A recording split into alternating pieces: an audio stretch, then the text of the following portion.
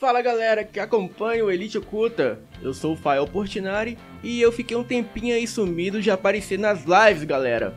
Mas hoje eu quero passar um recado bem importante para você que joga Free Fire. Eu quero pedir que vocês cliquem aqui no primeiro link da descrição e se inscrevam no canal do meu amigo Lucas Rezende.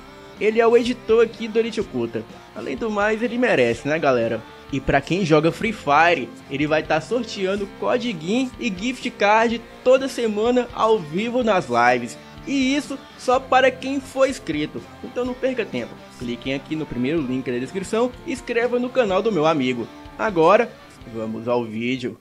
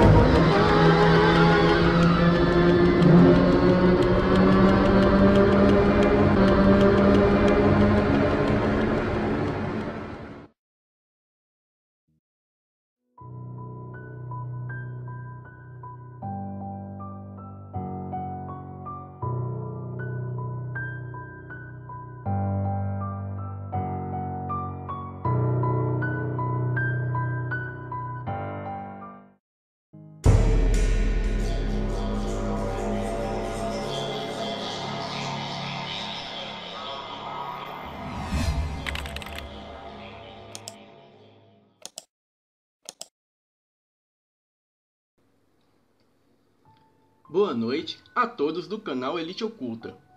Me chamo Dejaí e o que vou relatar aqui aconteceu comigo há mais ou menos 30 anos atrás em uma viagem que fazia de Minas Gerais até Rondônia.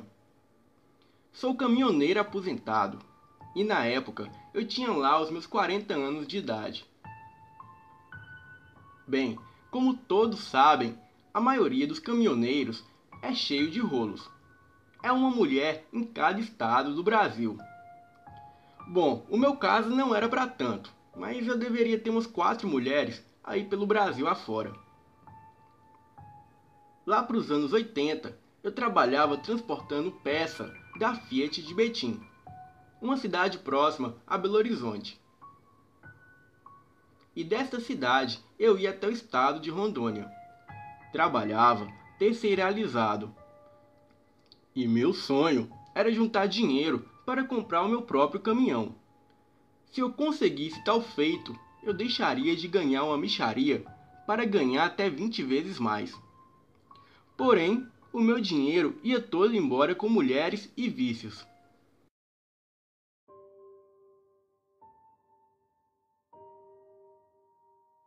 Em 1988, eu conheci uma mulher da vida, termo que se referia a prostitutas na época.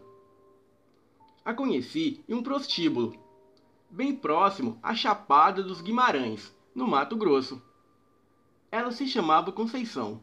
Era uma morena linda, de uns 27 anos de idade, cabelos negros e lisos. Ela parecia uma índia. Toda vez que eu saía de Minas Gerais para Rondônia, era costume sempre passar nesse prostíbulo, no Mato Grosso, para visitar a Conceição. Com o perdão da palavra, essa foi a puta mais linda que me envolvi em toda a minha vida. E acreditem, logo me apaixonei por Conceição. Ela tinha um apelido que foi lhe dado por seus clientes. O apelido era Conceição do Mato Grosso. Eu sempre achava que tal apelido era devido a ela ser natural do Mato Grosso. Mas depois descobri que a Conceição era índia. A mesma havia nascido em uma vila isolada no Amazonas. Mudou para tentar a vida no Mato Grosso, mas foi enganada pelo Jeremias. Jeremias era o gigolô, dono da zona que eu frequentava. O seu apelido era Nenenzão. Ele era um cara branco, de uns 2 metros de altura. Era um monstro de forte. Ele era do tipo valentão, que se olhasse torto para ele, ele metia bala. Nenenzão e eu tínhamos uma relação estável, pois o bicho era valente, mas eu também era. Ele andava armado com uma peixeira e um 38, e eu andava com 2 peixeiras e 2 revólveres 38. E por esse motivo ele me respeitava, e eu também o respeitava. Além do mais, eu era um dos seus clientes. Certo dia, questionei a Conceição o porquê do apelido Conceição Mato Grosso. E ela me disse que era porque o mato era bem grosso. Eu me arrependi de ter perguntado. Bem, virou rotina sempre levar dinheiro, joias e presentes para Conceição. Às vezes, devido às longas viagens, eu ficava meses afastado de Conceição, mas logo arrumava um pretexto para viajar por aquela rota e ver a minha amada.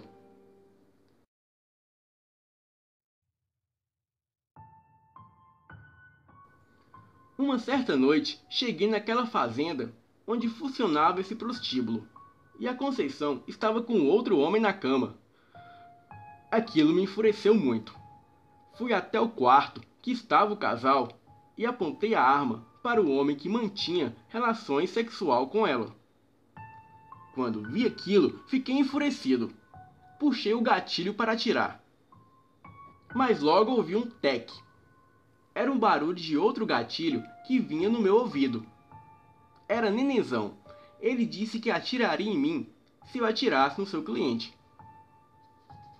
Bem, guardei a arma e Nenenzão me chamou para conversar. Ele disse que ali era um cabaré, e seu cabaré não era a casa da mãe Joana, que qualquer um fazia o que queria, e que lá tinha regras. Eu disse que pagaria tudo que a Conceição devia para ele, e a levaria de lá para morar comigo. E para o meu espanto, o Nenenzão disse ok. Falou que ela devia 5.000 cruzeiros. E então ele disse que poderia levá-la, mas somente se ela quisesse. E para minha surpresa, a Conceição não quis. Ela disse que tinha medo que Nenenzão fosse atrás dela. E disse também que não me conhecia para confiar em mim. E até disse que estava ali à procura de sua irmã, que veio do Amazonas com ela, mas logo desapareceu. Por isso não poderia deixar o Mato Grosso. Mas me fez uma promessa, que se eu esperasse mais uns dias, ela logo iria embora comigo. Bem, concordei. Mas logo sentia que a Conceição estava me enrolando. Mas enfim, se passaram dias, semanas, meses e nada da Conceição decidir. Enquanto ela não decidia, nós íamos mantendo as nossas relações sexuais, sempre que eu ia nesse cabaré. Bem, certa vez era lua cheia. Cheguei até a fazenda procurando pela Conceição, e ela não estava. Perguntei ao Nenenzão aonde ela estava, e ele disse que ela estava passando mal, e por isso não poderia ficar comigo aquela noite. Saquei o meu revólver e apontei para Nenenzão, e perguntei aonde estava a Conceição. Nessa hora, todos correram do local, pois estavam com medo de uma eventual troca de tiro. Nenenzão começou a rir e disse: Rapaz, nesse mundo, você é o único cabra-macho que tem a ousadia de me afrontar. A Conceição está na casa dos fundos, onde dorme o caseiro. E a próxima vez que você apontar essa arma, é bom que atire, porque eu não terei paciência com você novamente. Saí de lá e fui correndo até a outra casa, que ficava ali mesmo no sítio. Gritei por Conceição por toda a casa, até que cheguei em um dos quartos e lá estava ela, acorrentada na parede e totalmente nua. Tirei ela de lá e a levei para a cama. E no outro dia cedo a perguntei o que houve. E ela disse chorando que não aguentava mais aquela situação. Eu a abracei e disse que a levaria comigo naquela mesma noite. Ela me olhou, suspirou e disse: Você não desiste mesmo, hein? Ok, eu aceito ir com você. Você não vai se arrepender, meu amor. Conceição começou a rir e disse, me olhando nos olhos: Eu não, mas você vai. Logo falei que ela era a mulher que eu amava e que nunca, jamais me arrependeria de estar com ela. Pois bem, disse a ela para arrumar suas coisas que às 20 horas passaria lá com o caminhão para buscá-la, e ela concordou. Quando estava saindo, falei para Nenezão que retornaria às 20 horas para buscar a moça, e se alguém se intrometesse, haveria sangue. Nenezão me olhou com uma cara de preocupado e disse: Deixa aí, você é encrenqueiro pra porra. Mas é meu melhor cliente. Vou te dar um conselho. Não faça isso. O que você está lidando não é desse mundo. Meu conselho para você é que não se empolgue demais. Deixe a Conceição aqui. Ela é uma mulher da vida e você é um homem de família. Não vale a pena. E eu logo disse: Não estou interessado em conselhos de um gigolô. A sua vida é tão suja quanto a minha. Eu vou levar a Conceição hoje à noite. Espero que estejamos entendidos. E não se preocupe, eu aprecio esse lugar. Cedo ou tarde, eu apareço para fazer umas visitinhas, se é que você me entende. Nenezão apenas me olhou sério desta vez, e nada daquele sorriso sarcástico. Bem, eu fui embora para o hotel onde eu estava hospedado. Fui dormir um pouco, pois precisava estar de pé às 20 horas para seguir estrada para Rondônia. Passaria apenas no cabaré para buscar a Conceição.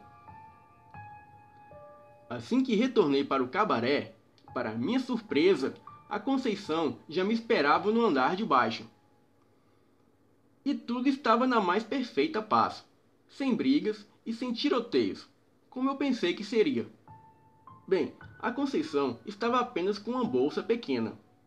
Eu a questionei aonde estava o resto dos seus pertences, pois se ela não sabia, nós nunca mais voltaríamos ali naquele lugar. Ela disse que estava recomeçando uma vida nova e não queria nada que a fizesse lembrar dos seus dias de prostituta. Bem, isso foi uma atitude plausível da parte dela, mas mesmo assim desconfiava de uma emboscada. Ainda mais pelo fato de não ter visto o Nenezão aquela noite. Bem, eu saí com Conceição da fazenda. Caminhávamos em direção ao caminhão, e eu estava segurando a arma na cintura. Mas tudo ocorreu normal. Entramos no caminhão e dei partida. Conceição disse que precisava ir se despedir da sua mãe adotiva, que morava no vilarejo ali perto, e queria que eu a levasse lá. E eu a levei. Era uma casinha bem velha, no meio do mato. Achei estranho que morasse alguém ali, mas decidi esperar no caminhão enquanto a Conceição ia lá se despedir da sua mãe adotiva. Depois de alguns minutos, reparei que tinha 2 carros parados perto da casa e também havia uma moto. Mas não parecia ser nenhuma armadilha, pois os carros e a moto estavam deteriorados. Era como se alguém os tivesse abandonado há anos. Mas mesmo assim, para me prevenir, eu apaguei a luz dos faróis do caminhão, pois assim seria mais difícil de alguém me ver naquela escuridão. Depois de alguns minutos, comecei a ouvir gritos, vindo de dentro daquela casinha. Parecia ser gritos da Conceição, mas ao mesmo tempo que os gritos pareciam ser dela, pareciam não ser, pois era uma espécie de grito misturado com gemidos, e um tom alto e grave. Puxei os 2 revólveres da cintura e fui em direção à casa cautelosamente. A lua cheia brilhava no céu, clareando um pouco o lugar. Em seguida, ouvi um barulho de moto se aproximando. Escondi na frente do caminhão. Olhei despistadamente e vi a silhueta de um homem descer da moto e se aproximar do caminhão. Assim que o homem olhou pela janela do caminhão, eu o surpreendi por trás e ordenei que ele soltasse a arma. Aquele homem era o Nenezão. Ele logo me pediu calma e disse que se ele soltasse a arma, nós dois morreríamos. Puxei o gatilho e já ia atirando, mas rapidamente ele soltou a arma. Eu perguntei o porquê dele estar me perseguindo, e ele disse que estava fazendo aquilo para salvar a minha vida, pois a Conceição não era o que parecia ser. Ele disse que era ali naquele local ermo que a Conceição fazia as suas vítimas. Fiquei sem entender nada. Para mim, aquele homem estava louco, e eu estava decidido a matá-lo. Mas logo escutamos um uivo estrondoso de doer os ouvidos, vindo da casa. Quando olhei em direção à casinha, lá, na porta, estava uma criatura que parecia ter vindo do inferno. Tinha os olhos vermelhos como brasa, uma pelagem escura que cobria todo o seu corpo. As suas pernas eram em forma de Z.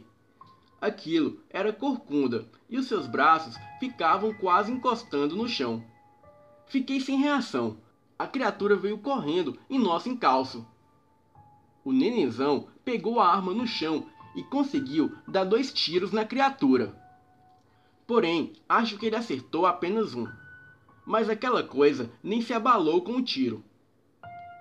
Aquilo rapidamente se investiu contra Nenenzão, o derrubando no chão.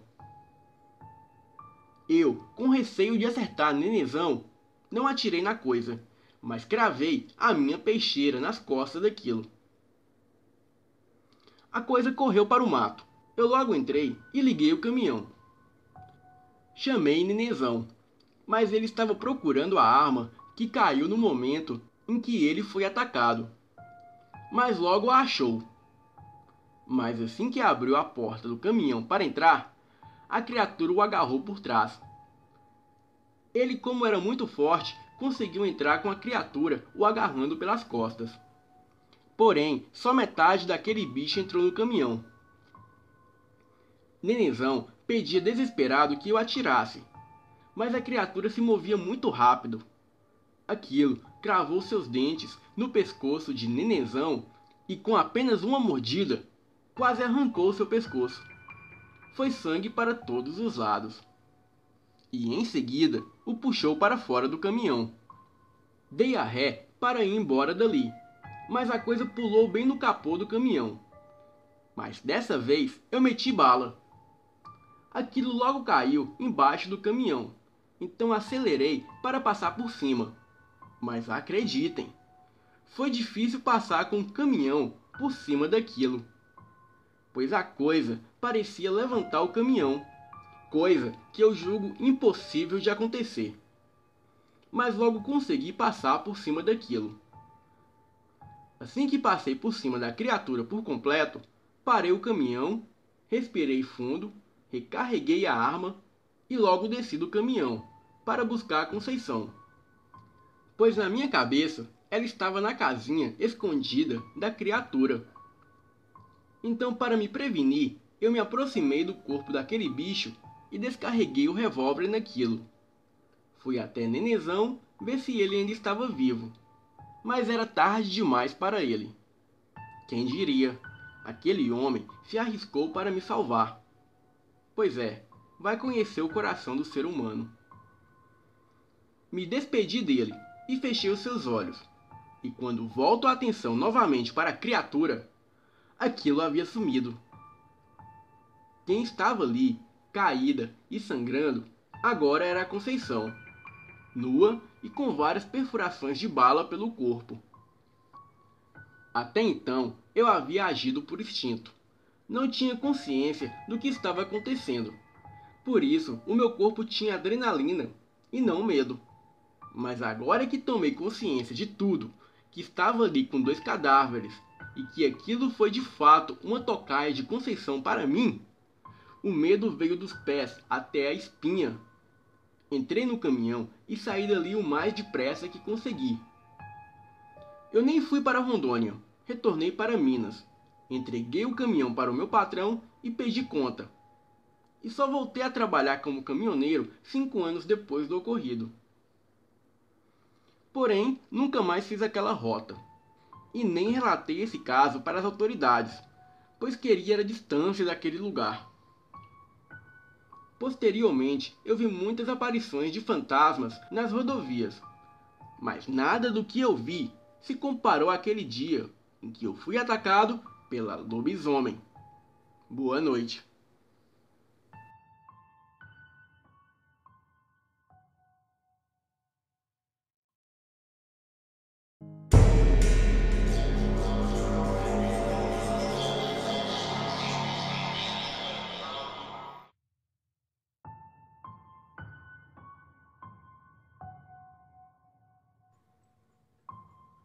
Olha, sinceramente, depois dessa entrega, eu decidi entregar as chaves do caminhão e abandonar a profissão. Boa noite, me chamo Carlos e sou do interior de São Paulo. Tenho 47 anos e dirijo desde os 15 anos de idade. Cresci viajando pelas estradas desse Brasil. Sou de família católica e devoto de São Cristóvão. Sou uma pessoa comum, como todos vocês. O meu pai sempre me contava histórias incríveis sobre a aparição nas estradas, principalmente nos estados da região Nordeste, e na Bahia principalmente. Eu, pessoalmente, nunca tinha visto nada de sobrenatural. Já havia avistado alguns caroneiros no meio do nada, mas nunca foram noivas de branco, bichos na estrada ou luzes estranhas. Pelo menos, eu nunca tinha visto nada disso até o dia dessa viagem. Eu havia acabado de ser contratado nessa nova empresa. Não vou citar nomes para não me expor e tampouco me prejudicar. A empresa faz transporte de mercadorias e serviço de logística, a serviço de grandes empresas. A questão é que, como eu já vinha de outra empresa, na qual eu havia trabalhado 6 anos e com boas recomendações, acabou que eu nem precisei fazer teste de experiência. Fiz alguns exames de saúde, nos quais atestaram que as minhas condições de saúde física e mental estavam ótimas. Ou seja, eu só precisava da chave do carro, os documentos de transporte e as rotas. Enfim, era isso mesmo que eu esperava no pátio, conversando com alguns amigos caminhoneiros que estavam se preparando para viajar. A empresa não se dedicava a apenas uma região. Isso significa que cada um iria para um lado, e o que por si só era muito bom. Mas isso nos deixava meio abandonados por andarmos sozinhos nas estradas. Mas isso são ossos do ofício. Nessa manhã, eu fui chamado no escritório que ficava ali perto, e prontamente eu fui. Eu estava muito ansioso. Seria a minha estreia na empresa nova. Mesmo assim, eu fui o mais profissional possível. Me portei bem com uma ótima postura. E ao entrar na sala, o patrão me recebeu muito bem e apontando para a cadeira perto da mesa. E já foi falando. Sente-se. Como você está? Então, Carlos, as suas recomendações são ótimas. Um motorista excepcional. Já transportou muitas cargas. Gostei muito da sua ficha. Eu ri e agradeci, meio envergonhado. Ele folheava o meu currículo com a lista das empresas que trabalhei e vendo algumas observações. Ele meio que ria, sem me olhar, e continuou dizendo: Então, preciso de alguém para operar uma rota longa. Transporte de alto nível de fragilidade. Não vou te enrolar, não. Você vai manobrar uma carreta cegonha 2 vezes por mês. A sua rota é Pau dos Ferros, no Rio Grande do Norte. Você ganhará adicional por transporte de risco e só precisará fazer 2 viagens por mês.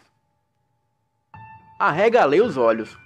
Afinal de contas, de nossa sede em São José dos Campos para Pau dos Ferros seriam mais de 2.000 quilômetros. Contando com as paradas para descansar e com o limite de velocidade de 70 km, demorariam pelo menos 4 dias de viagem. Mas essa seria a minha primeira viagem na empresa nova. E se eu desse para trás, eu seria um péssimo motorista. E não faria jus à minha boa reputação. Acabei por aceitar. e o patrão continuou com as instruções. Bem, Carlos, no pátio tem uma Scania R430 preta. Faça os testes e cheque a pré-viagem. O cartão de abastecimento comercial está no porta-luvas. As rotas estão pré-carregadas no GPS. Você vai partir amanhã pela manhã. Esteja no pátio às 4 da madrugada. Ao chegar, você irá pegar o caminhão, registrar a saída e assinar os termos de responsabilidade. E vai buscar o reboque na concessionária de carros. De lá você já pode seguir viagem. Todas as documentações do reboque estão com o despachante. Ele se levantou, apanhou uma chave e me deu. Apertou a minha mão e me desejou boa sorte. Caminhei em direção ao pátio para encontrar o meu caminhão. E logo me deparei com um caminhão lindo. Era um Scania R430 Streamline. Era bem ampla e confortável. Entrei nela e conferi os comandos do computador de bordo. E vi que estava tudo ok. Assim que desci do caminhão para verificar os pneus, eu percebi que próximo à porta do carona havia alguns riscos na pintura. Eram 4 riscos que pareciam ter sido feitos por algum animal. Talvez algum cachorro ou algo do tipo no próprio pátio da empresa. Eu apenas anotei no memorando de verificação. E ao passo que eu analisava o caminhão, um senhor barbado, barrigudo e com boné de uma empresa de combustível e óculos Ray-Ban aviador, aqueles caminhoneiro raiz, veio em minha direção com uma cara meio curiosa e logo me abordou e disse: Opa! Bom dia, tudo bem, amigão? Vai pegar o grandão aí? Me perguntou enquanto olhava para cima e tocava nas antenas, tentando ver alguma falha, a fim de me notificar. Eu imaginei. Bom dia, sim, vou pegar o grandão, levar um reboque. Se não me engano, ele é de rota fixa, né? É sim, senhor. É um caminhão muito longo e tem uns caras que falam umas coisas aí. Não tô querendo te assustar não, mas é o que o outro motorista disse. Uma coisa estranha da última viagem. Inclusive, depois da viagem, ele saiu da empresa. Na verdade, ele só chegou, estacionou o carro e foi embora. Eu fiquei olhando para o senhor, que continuou a andar ao redor do carro, parecendo procurar alguma coisa. Eu nem sequer tive tempo de perguntar. E logo ele encontrou o local dos arranhões, perto do carona, e disse: Rapaz, ele disse que estava passando em Pernambuco quando parou num poço para descansar. Quando ele parou o caminhão e viu que o poço estava vazio e não tinha frentista, e nem outros caminhões, não sei te dizer ao certo, só sei que um bicho rodeava o caminhão e dava umas pancadas de vez em quando no carro. Quando tentou sair para ver o que era, ele só viu o bicho pular em cima dele. Ele chutou o bicho e fechou a porta de novo. Aí o bicho arranhou o caminhão. E de lá de dentro, o motorista acionou o alarme para tentar chamar a ajuda de alguém. E com o barulho do alarme, o bicho se assustou, ou sei lá, só sei que ele foi embora. Eu ri de canto, imaginando que o velho veterano queria me pregar alguma peça. E continuei com o check-in. Ele então disse que eu não saísse antes dele voltar, que ele iria no caminhão dele para buscar uma coisa para mim. Não que eu fizesse questão de esperá-lo, mas tinha muito trabalho. Entrei para a cabine do caminhão, que por sinal era muito espaçosa e bem confortável. Bem diferente dos caminhões usados pela minha antiga empresa. Logo liguei o motor e acionei o computador de bordo. E tudo estava ok. Era muito legal. Eu estava muito empolgado quando uma voz na cabine disse: Oi, 3101, Carlos, na escuta? A voz falava com um som chiado e com interferência ao fundo. Essa voz que vinha do rádio era a voz do patrão. Eu acionei o botão de fala e respondi prontamente que estava na escuta. Então o mesmo prosseguiu: Sei, que te te falando coisas sobre o último motorista dessa rota. As conversas na empresa rodam muito rápido, mas isso não passa de invenção de gente que quer arrumar desculpas para mudar de empresa. Não ligue para essas coisas. Você estará bem. Além do mais, os nossos caminhões são monitorados 24 horas por dia, com sensores de GPS. Nada vai te acontecer, ok? Logo respondi que estava tudo bem e que eu não ligava para as conversas dos outros. E ele logo encerrou a transmissão. O silêncio estava martelando a minha mente. Será mesmo que o cara só queria pedir demissão? O que havia acontecido? Pouco se passou e o velho senhor bateu na porta da minha cabine, já de pé na escada que dava acesso ao caminhão. Ele me olhava com um semblante desconfiado e, estendendo a sua mão, ele me deu um rosário, um desses franciscanos, feito com pequenas bolinhas de aço. Era muito bonito, então eu pendurei no alto da cabine, na parte que ficava acima da cama, na parte de trás do caminhão. Ele disse que eu deveria levar o rosário para proteção e que deveria levar algo também para me proteger fisicamente. Ele logo deu de costas e saiu do caminhão em direção ao fundo do pátio. Eu observava atentamente enquanto ele sumia em meio aos grandes caminhões e empilhadeiras daquele lugar. Terminei de limpar o interior do caminhão, o fechei e vim para casa. Naquela noite, quase não dormi com tantas coisas passando em minha cabeça. Ansiedade de começar a nova rota e a curiosidade de saber sobre essas coisas. Mas por volta de 22 horas da noite, eu peguei no sono.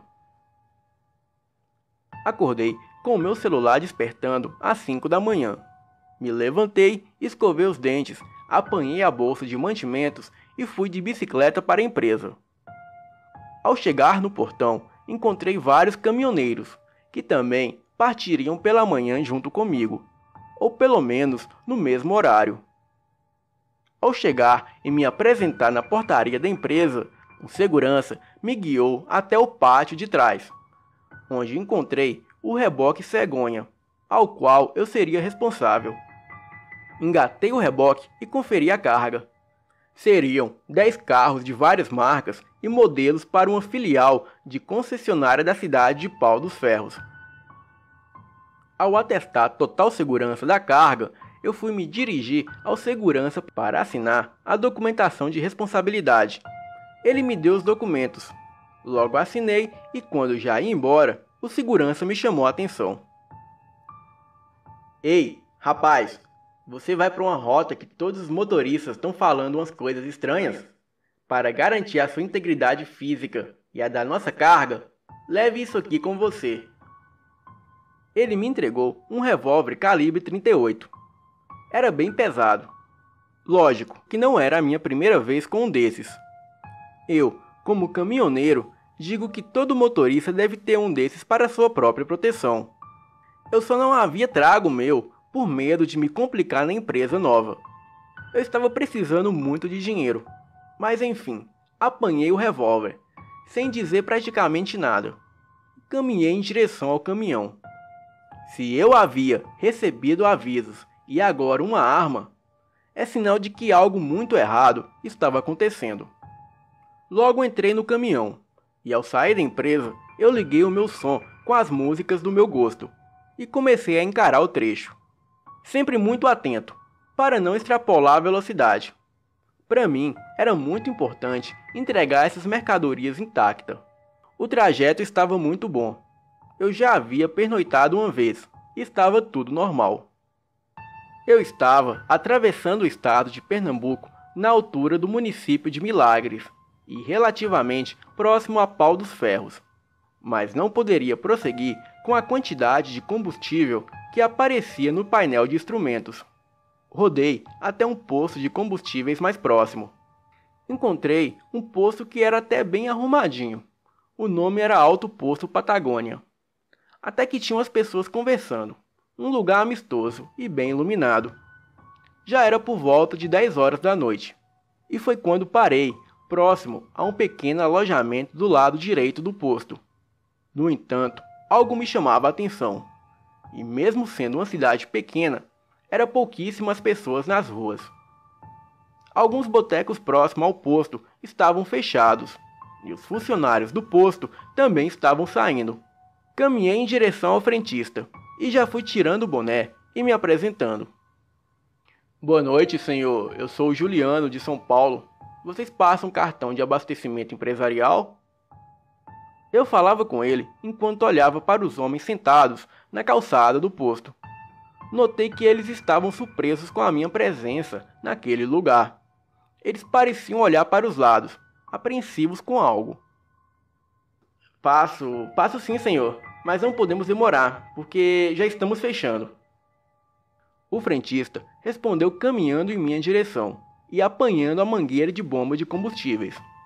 Eu estava aflito e temeroso, pois aqueles caras estavam estranhos, e a atmosfera daquele lugar, que de primeira vista parecia ser amistoso, agora soava muito perigoso e desconfiado. Assim que abasteci o caminhão, logo dei partida. E quando engatei a ré, eu ouvi o som de um grunhido. E ao olhar pelo retrovisor lateral, procurando algum animal que pudesse ter se assustado com os avisos sonoros do caminhão, eu vi algo muito bizarro. De relance, eu não sei o que vi. Era um animal grande e peludo. Aparentava ter uns 2 metros de altura. Estava abaixado próximo ao estepe do caminhão, que ficava na parte de trás do carro. Ele parecia estar abaixado, esperando que eu descesse, já que a abertura do abastecimento do caminhão era ali próximo, e quando eu fosse abrir a escotilha, eu não o veria. E assim seria o meu fim. Mesmo assim, não dei muita bola, e achando que eu estava ficando muito cansado, acabei por ignorar o que os meus olhos viram. Em parte era o cansaço, e a outra parte seria a minha própria descrença de tais criaturas. Ah, como eu estava errado, muito errado. Meu coração se encheu de medo, e abrindo o porta-luvas, eu apanhei o revólver que o segurança havia me dado, e o coloquei na cintura, e decidi descer do caminhão para ver o que era aquilo. Enquanto estacionava o caminhão, eu olhava os senhores que estavam sentados ali. Eles estavam de pé, próximo à porta do posto, olhando sempre para os lados como se procurassem algo. Desliguei os motores e desci do caminhão, em estado de alerta. No meu íntimo, eu achava que de alguma forma a criatura que eu havia visto não seria nada sobrenatural, e sim um dos homens tentando armar uma emboscada para furtar o caminhão e levar a carga.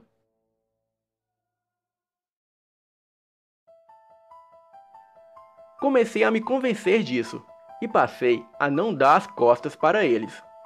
Mas eles pareciam não estarem preocupados comigo. Eles estavam com medo de algo ou alguém. Era como se algo estivesse muito errado. Então eu logo perguntei para o frentista: Senhor, o que está havendo com esses homens? Eles parecem estar com medo de algo. Quer dizer, não que seja da minha conta, mas são 6 homens. Não é possível que eles tenham medo de um cara só. Eu perguntava com as mãos nas costas, segurando o revólver, que estava na minha cintura, na parte de trás. Confesso que eu esperava que ele fosse me atacar ou algo assim. Já tem mais de um mês que toda noite o povo da cidade diz que vê um bicho nas intermediações da cidade, moço. Esses dias ele atacou uma moça que vinha de moto. A menina caiu da moto bem aqui perto, naquele quebra-mola ali. Ela veio correndo para cá, pro posto, e com as marcas que pareciam ser de unhadas profundas nas costas. Ela vinha chorando, seu moço. Se eu e aqueles homens ali não tivessem visto, eu nem diria nada. Nem preciso dizer que eu achei a história do senhor frentista um absurdo. Mas então, antes mesmo que eu perguntasse mais a respeito, ele continuou: Moço, sei que nem todos acreditam nessas coisas, mas quando a moça chegou, ela nos gritou que o bicho vinha atrás dela. Então todos entramos para o restaurante do posto e nos trancamos lá. E assim, todo mundo avistou uma coisa do outro lado da BR. Era um bicho que parecia um cachorro. A sua boca era imensa e repleta de dentes pontiagudos, Os seus olhos eram amarelos. Eu corri e logo fechei as portas, que eram de vidro blindado. Todo mundo do poço estava vendo. Estávamos todos calados e congelados vendo aquela coisa. E do nada, aquela criatura veio correndo e se jogou contra o vidro. Deixou até uma rachadura. Mas logo a coisa desistiu de entrar no posto e saiu correndo para dentro dessas matas. Olhei meio que de lado para procurar a rachadura da qual ele falava, e correndo os olhos pela porta de vidro, eu vi uma grande marca de impacto. Seja lá o que foi, aquilo era forte e muito resistente para fazer um estrago naquela porta. Eu estava realmente com medo, mas mesmo assim achava que aquilo tudo era um golpe. Uma história fantasiosa para me ludibriar e roubar o caminhão. Em seguida, eu perguntei, falando alto para que todos ouvissem. O senhor está aqui ainda com seus amigos. Isso não lhe parece meio perigoso demais, não? Afinal, se houver mesmo algum bicho assim, qual a chance de vocês contra essa coisa que quebra vidros blindados? Perguntei enquanto tirava o revólver da cintura na tentativa de intimidar os homens, que pareciam não se importar com a minha presença. E o senhor em seguida respondeu: tenho família, senhor, filhos e filhas. Não posso me dar o luxo de não trabalhar. Esses caras vêm porque são meus amigos de infância e passamos por muitas coisas juntos. Mas agora que já abasteci o seu caminhão, eu peço que guarde essa arma e vá embora, pois não queremos confusão. Bem, eu entrei no caminhão e dei partida no motor. Fiz um check-up no sistema e segui viagem.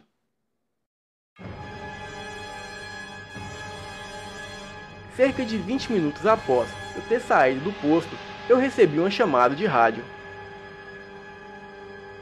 Carlos, você está ultrapassando o nosso limite de rodagem.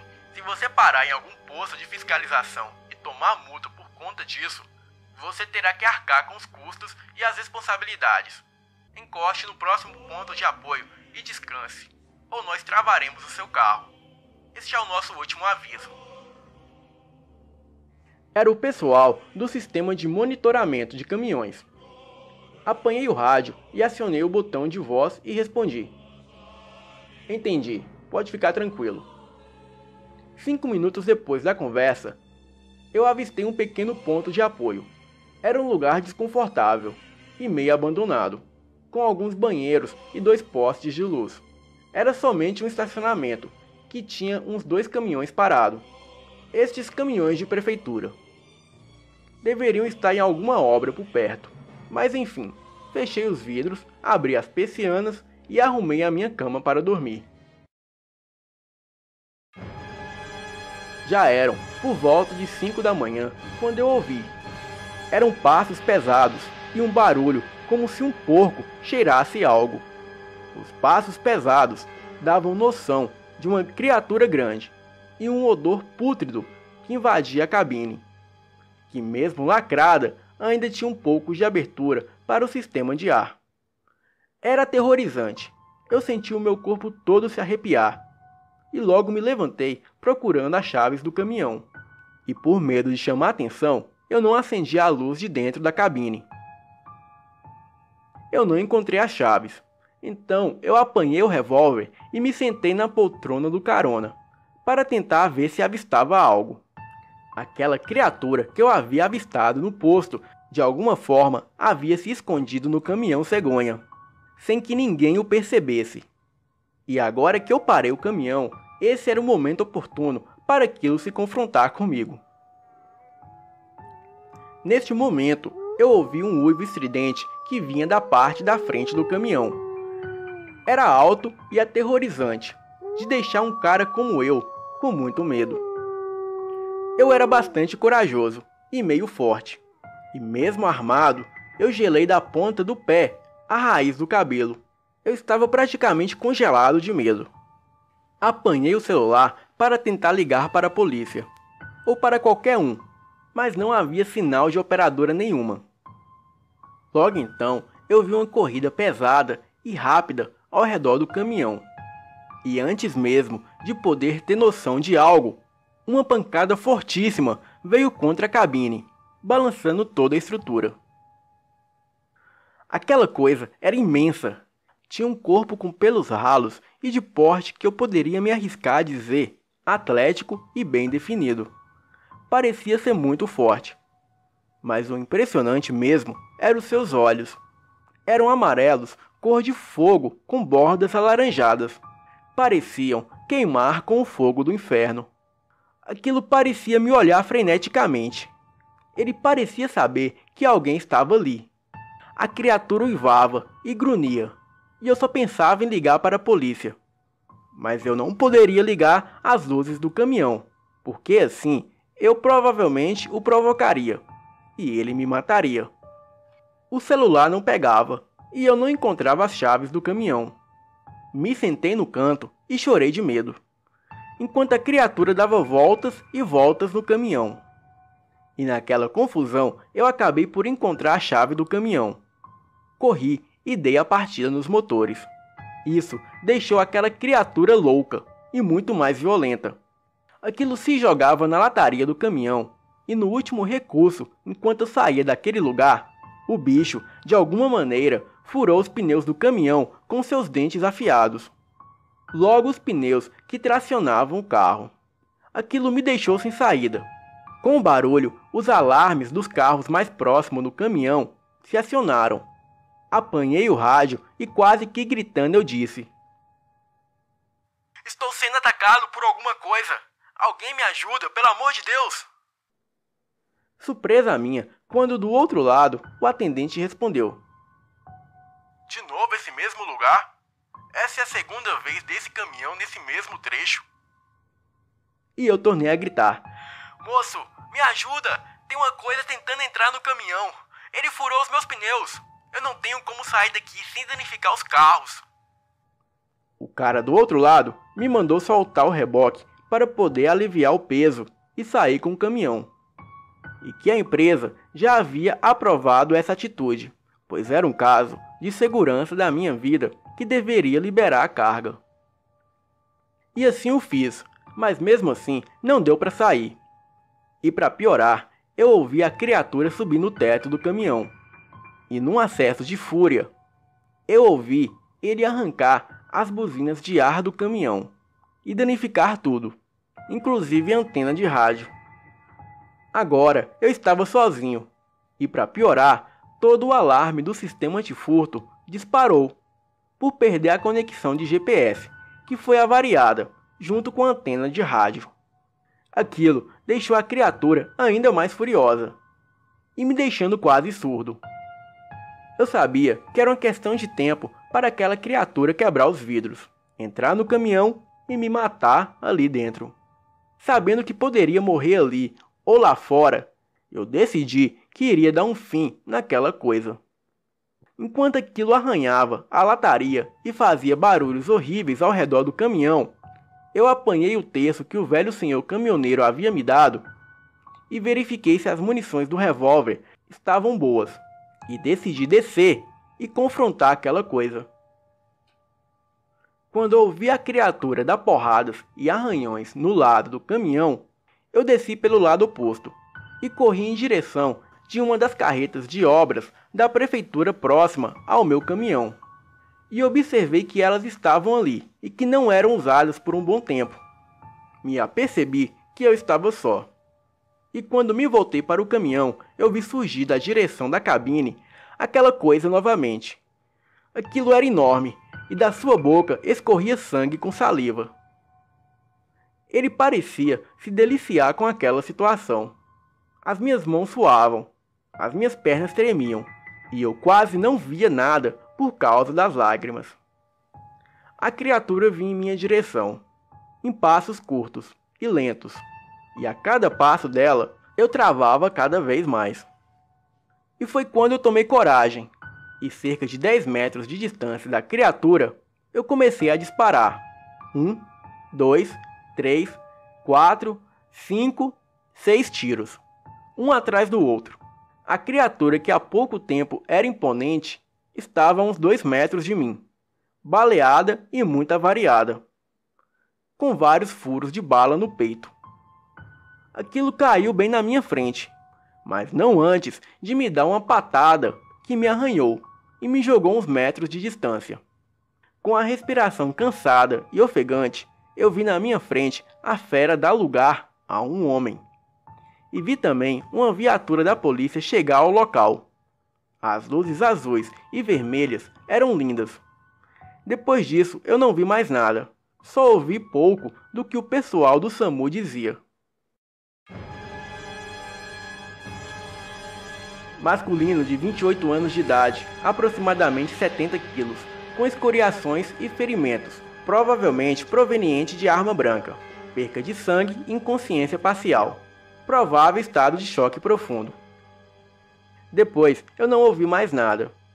Cerca de 2 dias depois, o meu patrão veio me ver no hospital e pediu que eu fosse me esclarecer sobre os acontecidos na empresa e que de maneira alguma ele me mandaria embora. Ele disse que a minha vida estava em risco e que ninguém poderia imaginar que a coisa que tinha naquele trecho era um lobisomem. Eu passei 15 semanas sem conseguir falar e tomando muitos remédios para dormir. Esse encontro com a fera me traumatizou e de maneira alguma eu voltei ao serviço. Eu nem sei se consigo entrar em um caminhão novamente.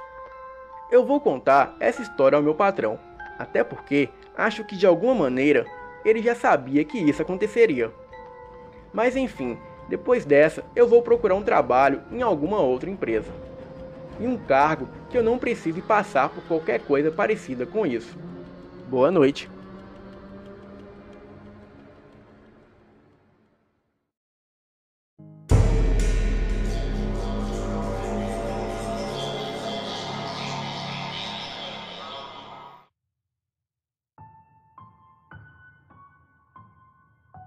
Olá, o relato que vou contar é de lobisomem e aconteceu em uma cidadezinha no interior da Bahia. Este fato aconteceu com o marido da minha tia. O chamarei aqui de Tiago. Este povoado, na época, não havia muita tecnologia. O ano era 1999. Tiago tinha um hobby que mantém até hoje, que é a pescaria. Em uma certa noite, Tiago pegou a sua bicicleta, rede de pesca e um balde, que servia para colocar os peixes pescados. A minha tia pediu para que ele não fosse naquela noite, pois era noite de lua cheia. E todo mundo sabia dos boatos sobre os irmãos malditos, que se transformavam em bestas. Tiago então olhou para ela e falou para ela não se preocupar, pois isso não passa de boatos. Lhe deu um beijo de despedida e desceu rua abaixo, em direção à ponte da entrada da cidadezinha. E depois de 40 minutos de pedaladas, ele chega a uma trilha à beira da estrada, que levava em direção às margens do rio. E assim que chegou, Tiago desceu da bicicleta e logo começou a jogar a rede, que ficava bem cheia de peixes, pois em noites de lua cheia, os peixes maiores sobem à superfície para se reproduzir e se alimentarem. E depois de ter pego vários peixes, Tiago estava guardando a rede para voltar para casa. Ele estava muito feliz, pois a pescaria tinha sido produtiva. E quando Tiago se virou para ir em direção à sua bicicleta, ele ouviu um estalo muito forte de galhos e folhas se quebrando, o que indicava ser um animal muito grande e pesado. Logo, Tiago começou a sentir um cheiro muito forte de cachorro molhado. E ele logo pensou: será um lobisomem? A criatura se aproximava da beira do rio. Tiago correu para um pé de manga que ficava ali próximo.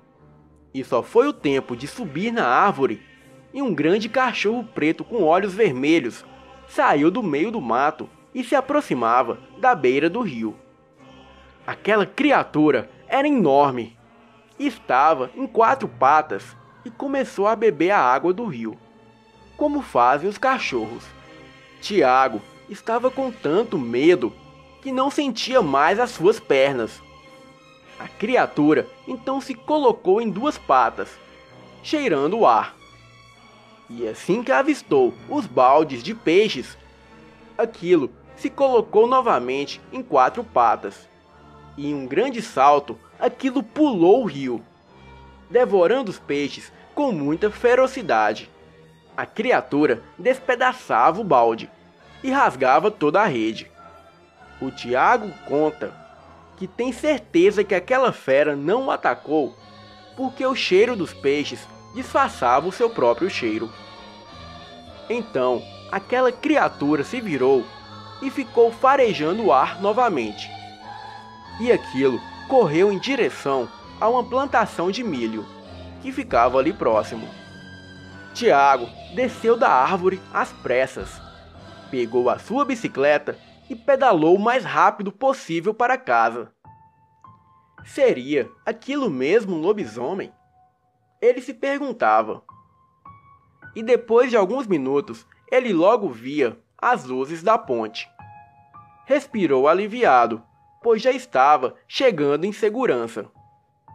Mas foi de repente que a criatura pulou a cerca ao lado direito da estrada. Tamanho foi o susto que ele caiu da bicicleta.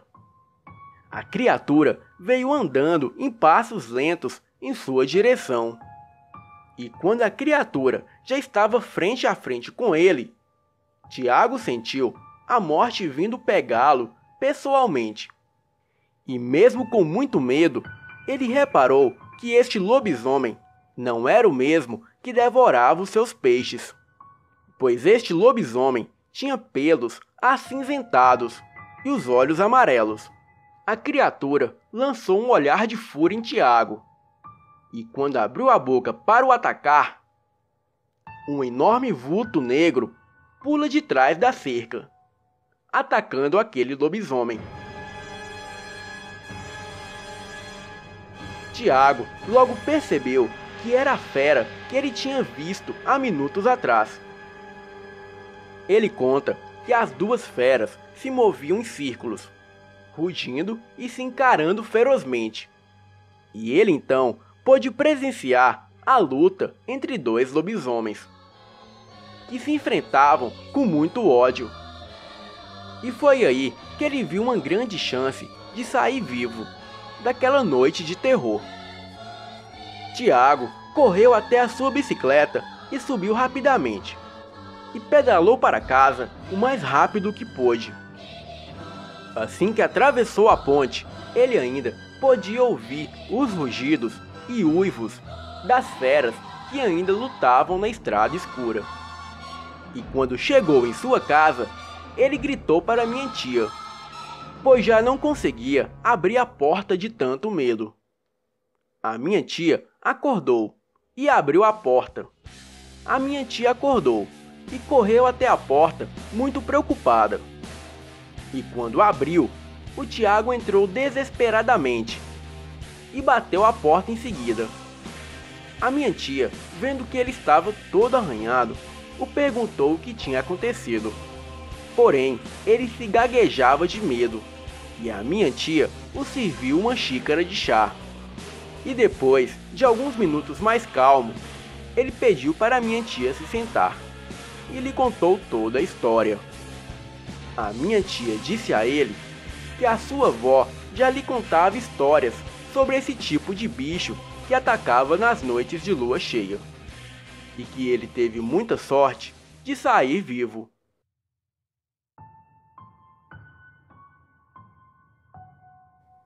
No dia seguinte, Tiago, sem dormir, foi comprar pão e leite para fazer o café da manhã. E chegando na venda, Tiago não encontrou ninguém na recepção e bateu palmas, chamando o dono, que era um dos irmãos suspeitos de se transformar em lobisomem, pois havia boatos pelos moradores da região que ambos eram ciganos praticantes de magia negra. e adoravam um demônio que se chamava Lâmia, a quem faziam oferendas na madrugada no cemitério local. O homem logo apareceu e olhou bem para Tiago e o perguntou em um tom seco: "O que você quer?" Tiago logo lhe pediu o pão e o leite, e o homem, sem tirar os olhos dele, lhe entregou o pão e o leite, e recebeu seu pagamento. E foi quando Tiago já estava na porta, o homem o pegou pelo ombro e disse: "Cuidado quando andar de bicicleta pelas estradas à noite. Se não fosse o meu irmão do meio do inferno, eu teria destroçado você." Tiago, com muita fúria, empurrou o homem e disse em um tom ameaçador: "Cuidado você! Se tentar qualquer coisa, eu vou contar para todo mundo que vocês dois são os lobisomens que atacam as pessoas na região. E vocês já sabem a fama que têm." A partir desse dia, aqueles irmãos nunca mais foram vistos por aquela região. De vez em quando, vou passar alguns dias por lá, para visitar a minha tia. E sempre que posso, vou investigar a casa que moravam os dois irmãos, pois tenho fascínio pela fera e gostaria de vê-la com os meus próprios olhos. Aqueles irmãos se mudaram para outra cidade, e as pessoas de lá dizem que, apesar dos anos, eles não parecem ter envelhecido nada.